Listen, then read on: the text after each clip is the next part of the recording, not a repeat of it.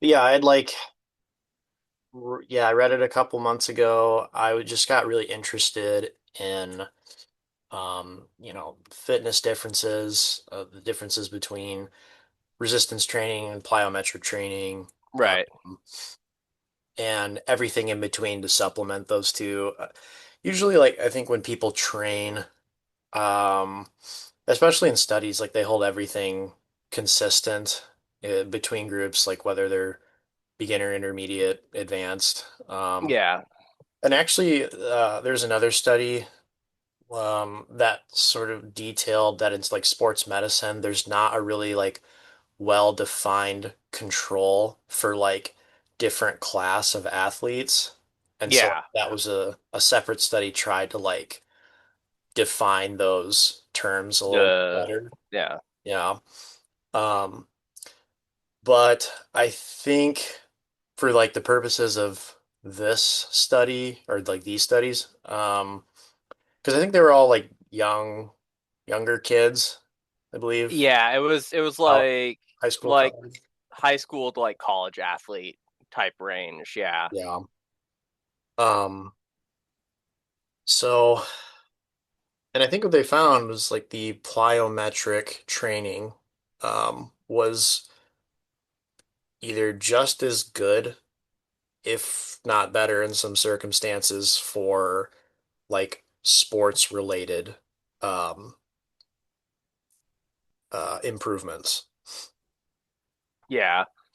Yeah. I mean, yeah, I would agree.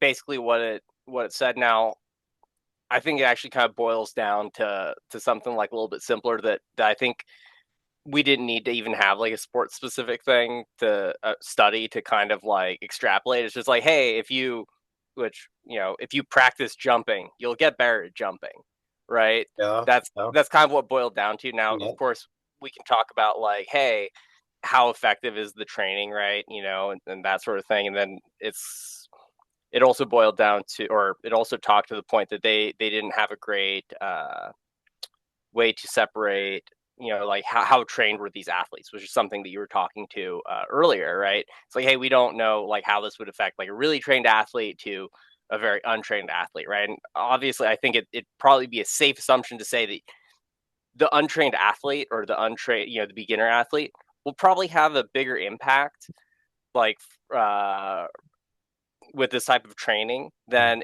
an advanced athlete would, right? Mhm. And then so for sure there'd probably be like diminishing returns, right?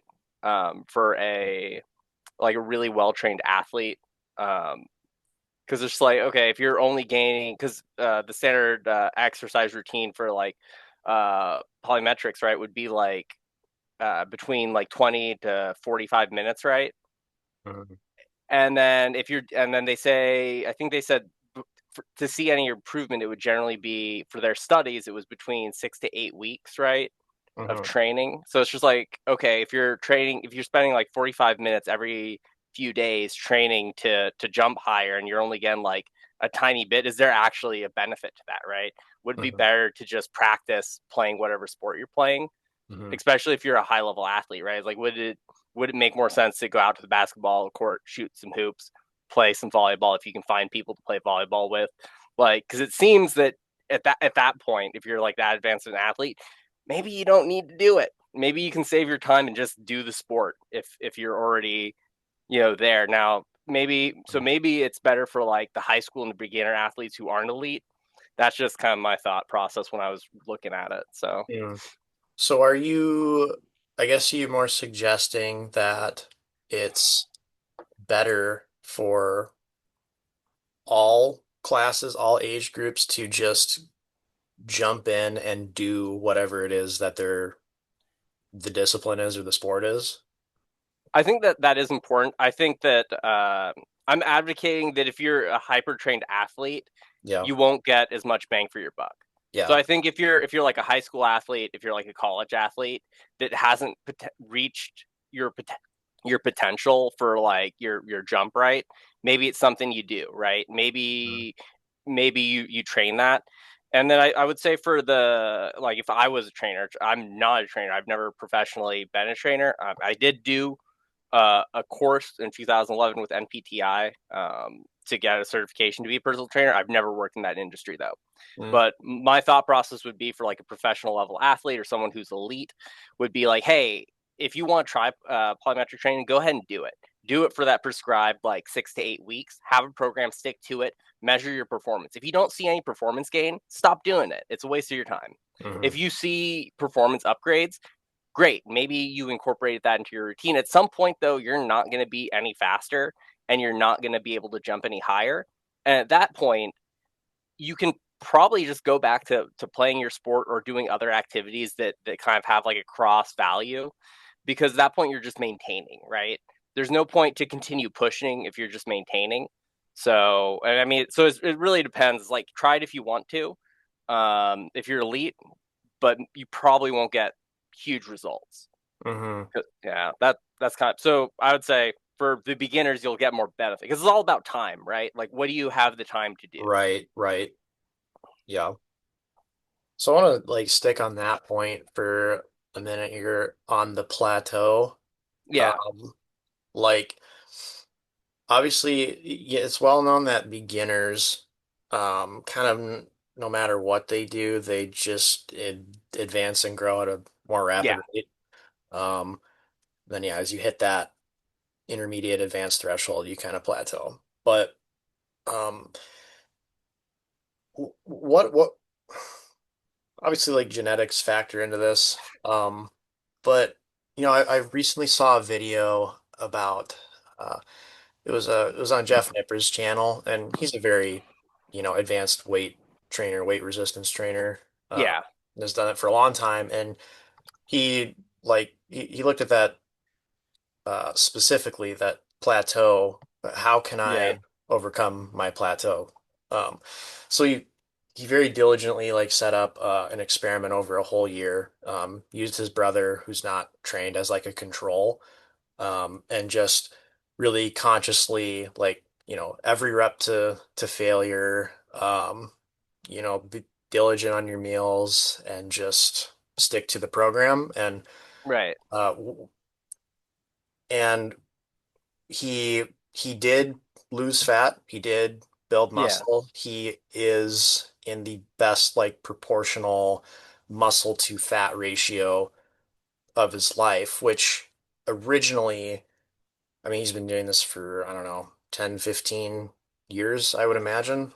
Um, advanced weight training. So it's like, did he technically like, is he breaking his genetic potential, like, or is this right. just untapped, just like the remains? And it wasn't a lot, right? But it's like, can't Yeah, you just do that? Like theoretically, can't you just do that like year after year and just like if your attention and your consciousness is focused on like the minutest things, it's like it might not be your natural like to your genetic advantage to easily like just lean in and accumulate those gains. But it's like right, you still like have the ability to micromanage and make those tiny gains. So it's like there's really, in theory, there's like no limit, right? Until you tear right. something, maybe. I don't know. Yeah.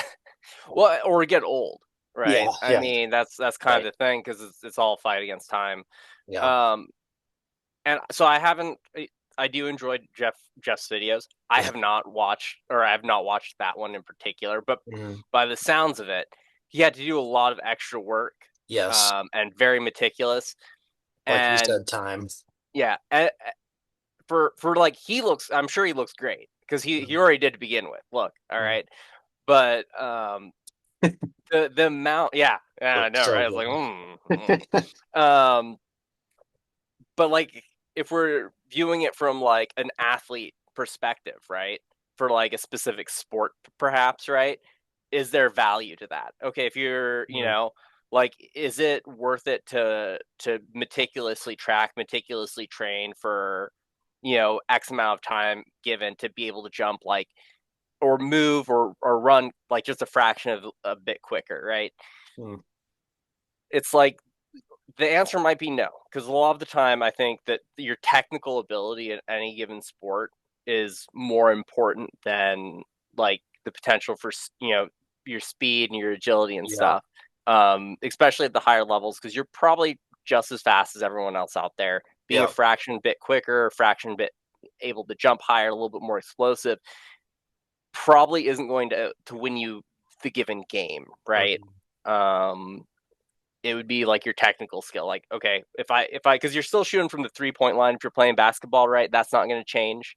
You're still dribbling. So I Yeah. would say, so yeah, I would agree with you that yeah, you could make those tiny incremental like improvements, and if that's what you're into, right? And specifically for Jeff, right? He's into bodybuilding, right? Mhm. Those incremental gains are actually kind of huge, right? Mm. For what he's into, for his sport, Yeah. right? But for general like sports, like competitive sports, um, I don't know if you would have that same intrinsic value, right? Mhm. Of like pushing past your plateau. Um, but yeah, I would agree that at some point, like you can get better. But again, like the graph, like we're talking, right? As a beginner, it shoots up real quick, Yep. and then as you become more, intermediate, advanced, it kind of tapers off. But you can still go up, Mm. until you hurt yourself or your Mhm. body's just like, you know what, I'm old now, and then it falls off a cliff, right? Mhm. Yeah. Well, yeah, the case in point about your the technical skill point, if you familiar with the NBA, if you know Nikola Jokic, dude can't I don't even think he can dunk, but he's, like a three-time MVP. And so Yeah, yeah, it's definitely a more important factor, just to play your sport. Um, yeah. But that's it. I'm not saying that you shouldn't do other things, yeah. to be clear, but and like I think there's a place for it. Like I've actually incorporated like plyometric training into my workout Okay. routine solely because well, first I read the paper you sent me, and I was like, well, I haven't really been doing any sort of explosive training. Mm, Like I run, obviously, I do cardio, but I mainly just lift things up and put them down. mhm. But one of the things that has always gotten me, that kind of got me thinking, was I actually am very prone to like shin splints. Oh. So I'm always looking for ways to like, hey, how can I help my shins out a little, right? Mhm. Um, and so I mean, I obviously do like a bunch of like calf related sort of Sure. exercises and stretches to try and help out with that. Um, but I started doing plyometrics too in like conjunction with that. And again, won't work for everyone, I'm sure. Mm. I haven't had shin splints in like the last 4 months. So I don't know. I don't know. I Might be like it. something to it. Yep. Mm-hmm. Yeah. Um, but yeah, I also have not been measuring like how high it can jump or any other Mm. measurable things. And honestly, I'm not. I know that a lot of times, or from what I've seen, like they want like, or they recommend like the training to be like a set amount of time for like, or not a set amount of time, a lot more than I do, right? I do them basically like I'll warm up and then I'll do them before a leg day, basically. So and I'll take like 5-10 minutes to do it, and then I'll go hit legs. I'll do some deadlifts, some squats, stuff like that. Some Bulgarian split squats, right, for my glutes, Hmm. Right. and get myself, and make it so I look good in a mini skirt. But Yeah, yeah. as we do, so that's how I've been incorporating it. It also feels like, So you said as a you, non, yeah. Go ahead. sorry to cut you off. You said you've noticed like noticeable improvements over the past few months. I have not been tracking. Like, I don't know what my Uh, standing vertical jump would be. I don't know what my I just my meant like horizontal jump. as far as like your shin splints go. Oh, yes, Yeah. yes. Like I haven't felt that they've been an issue. Mm, Because like before, when I would go running, I'd be like, this is gonna be a problem later. I can feel it. mm, So I haven't been feeling that recently. That said, I also haven't been. I mean, I I have been running base because I generally run about twice a week. mm. But I haven't been running as far as often. So I've still been running far, but I haven't been running far as often. Sure. So, um, but that said, normally I get shin splints if I'm running fast, not far, which is interesting. Hmm. Hmm. I think there's because there's more impact when you're generating more force. I would assume. I don't know. I'm not a doctor. I just work here. Yeah. Mm. Yeah, well, on the topic of running, actually, it's kind of like plyometric adjacent, but Right.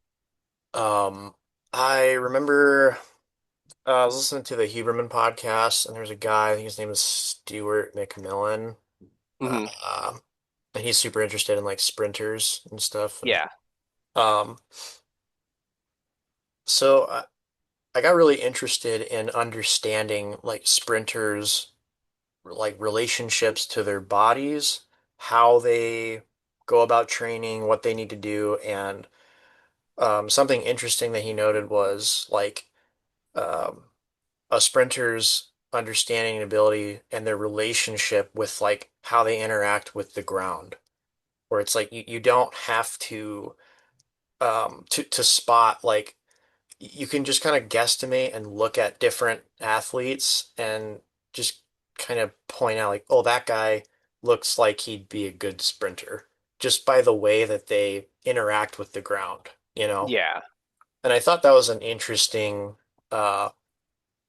point, and also something that I think plyometrics helps to uh it helps to build your relationship with the ground, like doing those explosive movements, those like maybe novel movements that you haven't done before, uh, Right. and helping you understand like your feet and like the like foot shape has a lot to do with this, and Yeah. surface area, and just yeah, I don't know. It was a really interesting um, talking point. I don't know what you think about all that. I mean, I would agree because I mean Yeah. it's hard to not see that like plyometric training has. Oh, if you just Google it, a ton of it is just like you want to sprint faster, do you?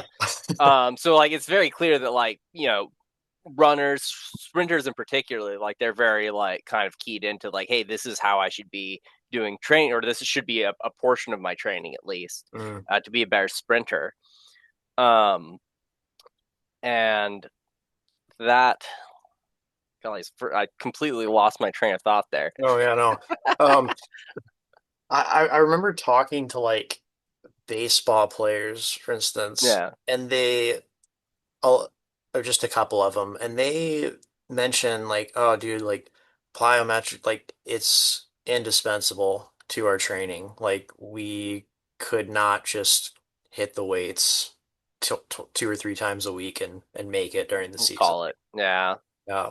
I So mean that makes yeah. sense. I mean, because baseball specifically has it's not similar to like basketball Mhm. or soccer or something or rugby where like cardio and movement change of movement is like a huge part of the sport like the sport itself, right? Hmm. In baseball it's just like you kind of like you could stand around a bit and then Yeah. you have okay we gotta go now. Yeah. I mean I don't know the last time you watched a actual baseball game, but it's kind of a slow moving game until Yeah. they I think was it this year or last year that they put in the pitching clock, or Ah, not the clock, but they have like a certain amount of time to pitch. uh, So hmm, it's sped it up a little, but it's still generally pretty slow.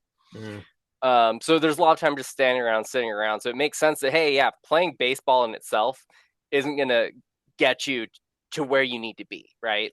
You hmm. have to have the other core aspects, right, of training, right? Whether that just be weight training, and it sounds like they were saying that they're like, yeah, no, there's tons of benefit to this, which makes sense because you have to have that explosive energy. Just like, oh, I've been staying in this outfield for like 30 minutes, and this is Hmm. the first time I've had to run all game, right? You have to have Hmm. that explosiveness. So that makes a ton of sense, honestly. Mm, Um, mm. Yeah. and the other thing that I was looking at as well, that was non like athletic or sport related would be like as a general human being who isn't participating in any like athletics or sports, like is Mm. there benefit, right? Because to me at least it seems like it is one of those like kind of high risk low reward type of exercises for like the average person, right? Because You're I've talking plyometrics. yeah, Yeah. for plyometrics, because you're jumping, you're skipping, Hmm. whatever, right? If it's real easy to mess yourself up that way. Yeah. Um, so and it's like, well, is there a point to it? You know, like Yeah. obviously, I think there like if you are at the point where you're like, no, I'm already athletic and I'm already pretty fit, Hmm. maybe you should do it right. Yeah. Like kind of where I was saying, hey, I put it in my thing because I wanted to see if it would help my shin splints, that sort of thing, right? And Hmm. obviously, being able to jump and move around and do that sort of stuff is actually like pretty sick to be able to do, especially if you're Yeah. like an older adult, right? Yeah. Um, like it'd be sick if I could continue jumping like well into my 40s and 50s, right, without Hmm. having any problem. And I'm sure that plyometrics would help like huge with that, right? Hmm. But I wouldn't say that it's a good starting point. Like, I don't think you should Right. wake up and be like, I'm going to start my fitness journey. We're going to do some squat jumps with a vest on. I'm going to pretend I'm Goku. Yeah. And that's probably not the right spot to start, right? Which is kind of the inverse of the my talking point I gave at the start, right? Where I was like, hey, you'll get the most benefit as like a beginner, right? But Hmm. now I'm like, no, maybe if you're doing this just for funsies, maybe you should wait until you're actually active, right? And Hmm. you can do a lot of these other things and then kind of bridge into it. Hmm. That way you don't hurt yourself. Um, Yeah. but Yeah. No, there's definitely something to sarcopenia as you age. Uh, yeah, yeah, you definitely want muscle when you're old. Um, and also, it's a good thing we still have PE. You want to get you want to do these things when you're young or get acclimated when you're young. Um, 100%. yeah, you're right though. I would even think you just, no matter what, if you're an untrained, I don't know, 30s, 40, middle-aged person, um, and you do anything, I mean, you got to be careful. That's true. I don't remember what I was watching, but I was watching something on YouTube that it wasn't like yesterday. It was like a couple of years ago, and the person was like, when's the last time you like went off on a full sprint? When's the last time you tried to do that? Mhm. And I was like, oh, it's been a while. So it's like, Uh, man, it's kind of if you think about it, it's like, hey, if you needed to, if like your life depended on it, like could you mhm, sprint and how fast, how long could you go for, right? mhm, And again, there's not a ton of scenarios where you would need to do that, but if you mhm. needed to, like, would you be able to do it? Like, would it Yeah. be effective, right? Kind of there's this short that I saw the other day where it was one of those flaggers on the side of the road with the stop go sign, right? Hmm. And all of a sudden he starts waddling as a big old guy starts waddling, basically kind of like a half walk shuffle. Hmm. Truck comes over, boom, right where he was. He Huh. barely makes it out. It's like he was running for his life, and that's as fast Yeah. as he could go. Yeah. And it's just like, man, kind of highlights the points. Like, hey, you don't always need it, but it'd be sick if you could probably run as an adult. Hmm. Yeah, for sure. Yeah.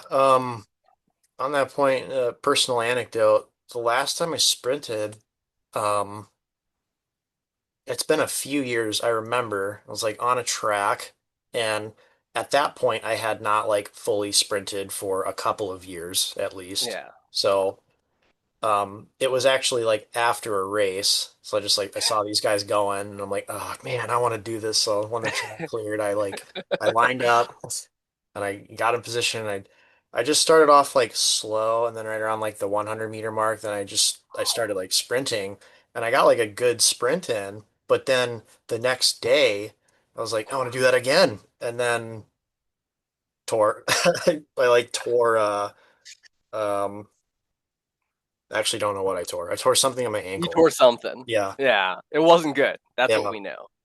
But yeah, and ever since then, I just been markedly slower, and it doesn't feel great. Yeah.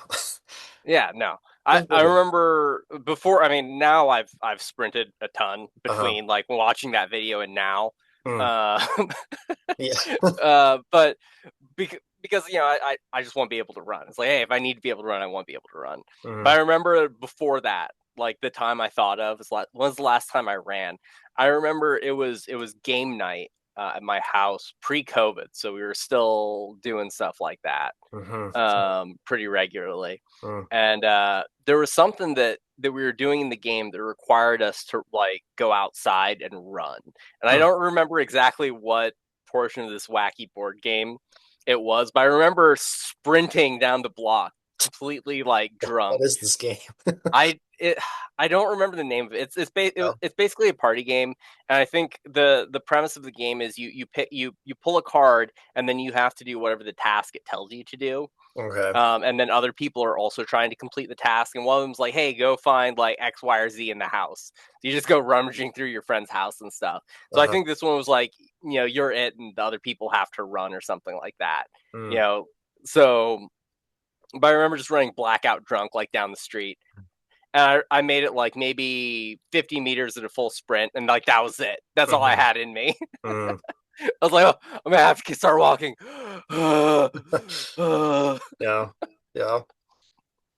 Yeah. I think uh on the point about like doing these expressive movements, doing these like plyometric exercises, like you kind of don't even realize it, but the society it forms you into this rigid structure. But no, I think there's like a little something to that, or it's just like you don't see anyone skipping, True. like it's a little strange to just see a grown man Oh skipping yeah, a fun thing. 100%. But If I saw a grown man skipping, I'd be like, "What's going on?" yeah, I'd be like, the senses would be alert. I'm like, right. "What's going on? Where Yeah. are the cameras?" Right. Um, so I think there's something to that, but yeah, so on the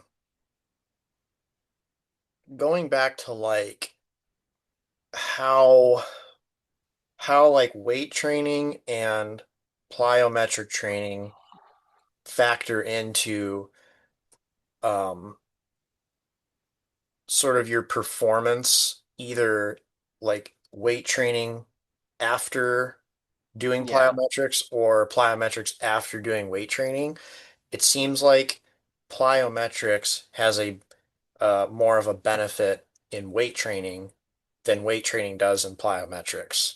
There's more novel and expressive movement in plyometrics that's more generalizable and translatable into more domains of activity.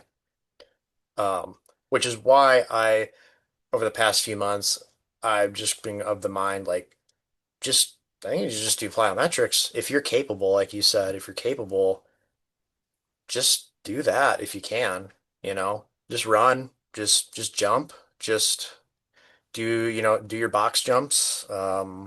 I don't know whatever calf stuff you're doing, do that too. Just move. Um, yeah, I think it is important to like incorporate some weight training. I don't think like if you're not bodybuilding, like I don't know why you would ever do isolation exercises. just to be freaky big. Yeah. Right. Provides very minimal utility. But Yeah, yeah, I don't know what you think I would about that. agree. Yeah. I would actually agree with that. That like weightlifting in general, like strength training, Mm. like a lot of the movements are so focused on like Yeah. one specific plane, one specific avenue, Yeah. that there's not a ton of like benefit, right? Mm. Like, cool, you can lift a bar up 10 times. Great. What, like, when's that going to be like super practical Hmm. in real life? Now, I will say, I did hear, I think it was on the RP hypertrophy channel. It's like, well, if you can deadlift like, however many pounds, you're not never going to like pull your back out like picking your kid up. Maybe that's true. I don't know.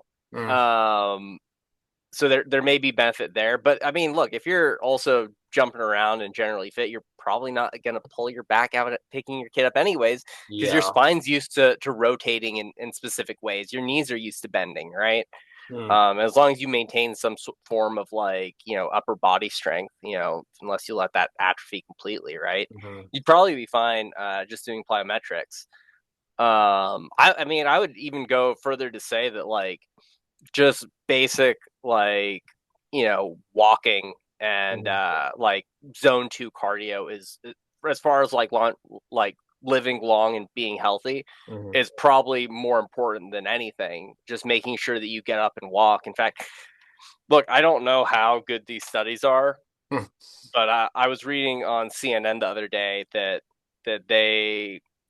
in a study that they were reviewing was that walking daily improved lower back or reduced the risk of lower back pain, right? And that's, I mean, as an older, I mean, I'm not super old. I'm like 34 now.